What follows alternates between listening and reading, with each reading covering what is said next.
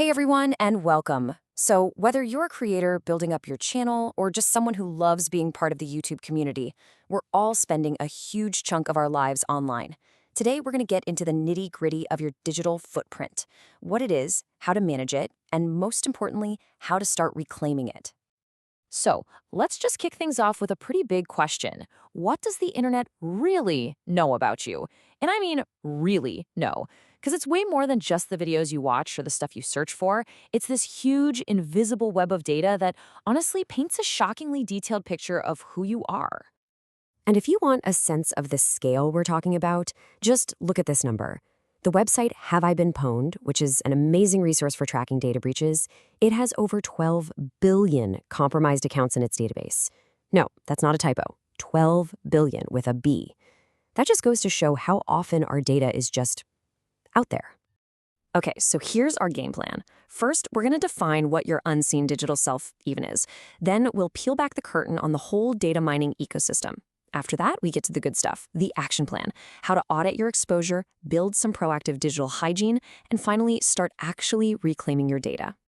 All right, let's start with section 1, your unseen digital self. This is all about that invisible trail of breadcrumbs you leave behind every single time you click, scroll, or type anything online. So really, you've got two different kinds of footprints. First, there's your active footprint.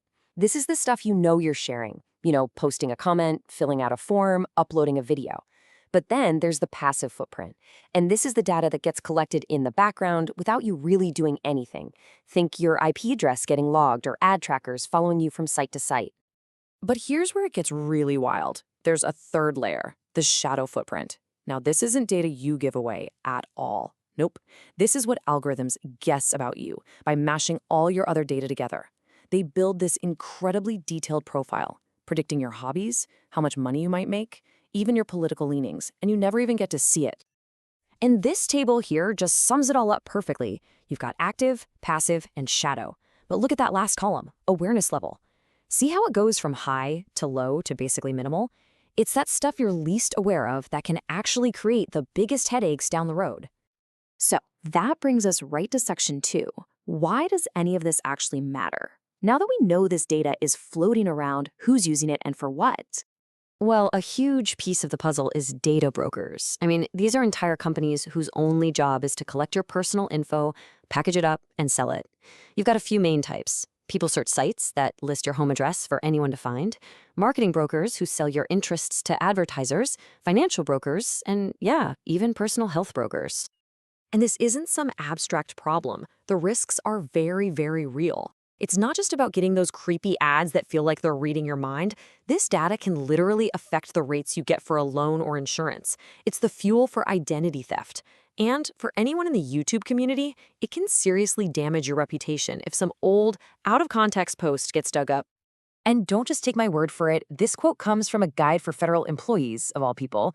It says that careless posts can raise red flags during security clearances. Now, you might not be applying for a top-secret job, but in 2025, your online presence is your resume.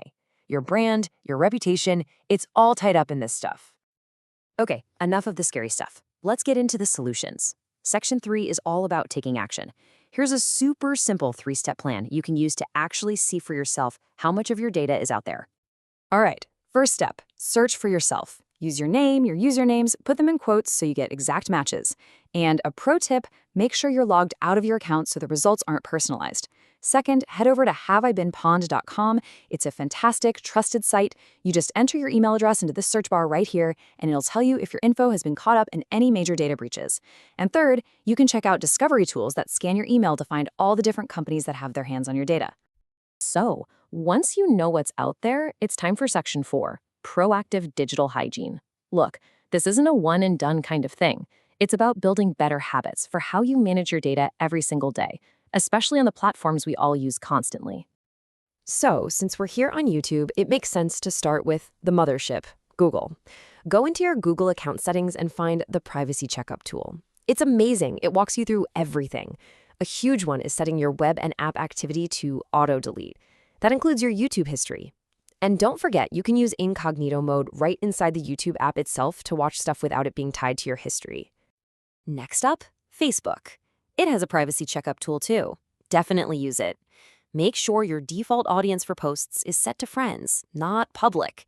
And here's a key tip. Limit who can see your friends list. That's a common way for scammers to build fake profiles. But maybe most importantly, go through your settings and remove all those old third-party apps you gave access to years ago. And for all you TikTok users, your privacy settings are all about control. Switching to a private account is obviously the biggest step. But from there, you can dial in exactly who can interact with your stuff, who can comment, duet, or stitch. And this one is so useful. Disable video downloads. It helps prevent other people from just saving your content to their own devices and using it wherever they want. And that brings us to our final and honestly most powerful step, reclaiming your data. We're moving beyond just locking things down. This is about actively going out and using your rights and some awesome tools to start erasing your past from the web. One of the best tools in your arsenal is the GDPR's right to erasure, which people often call the right to be forgotten. Basically, if you're in the EU, you have the legal power to tell a company to delete your data if they don't have a good reason to keep it anymore. And even if you're not in the EU, places like California have similar laws. Knowing your rights is step one. But, and this is a really big but, this is where you hit a wall. It's the data broker problem. Trying to manually contact hundreds of these sites to get them to remove your info is an absolute nightmare. Seriously, every site has its own confusing process, and even when you do get removed, your data just pops right back up a few months later. The system is designed to make you give up. This comparison chart just lays it all out. The manual, do-it-yourself way, it takes a ton of effort. There's zero monitoring to see if your data comes back, and you can only do one broker at a time. On the other hand, automated services are low effort, they constantly monitor for you, and they can blast out removal requests to hundreds of brokers all at once. And if the table didn't make it clear, this chart really drives the point home. Look at the results over a year. The automated services have a super high success rate at keeping your data off these sites. The manual approach, the completion rate is way, way lower, because who has the time to keep up with that? So all of this brings us to one final thought. Is reclaiming your data something you do just one time, or is it a constant practice? And as we've seen, it's really not a one-and-done deal. It's a commitment. It's about understanding your data trail, being mindful of what you share today, and actively working to clean up what you've left behind. The most important step you can take on that whole journey is just deciding to start. I really hope this has given you the tools to do exactly that. Thanks for watching.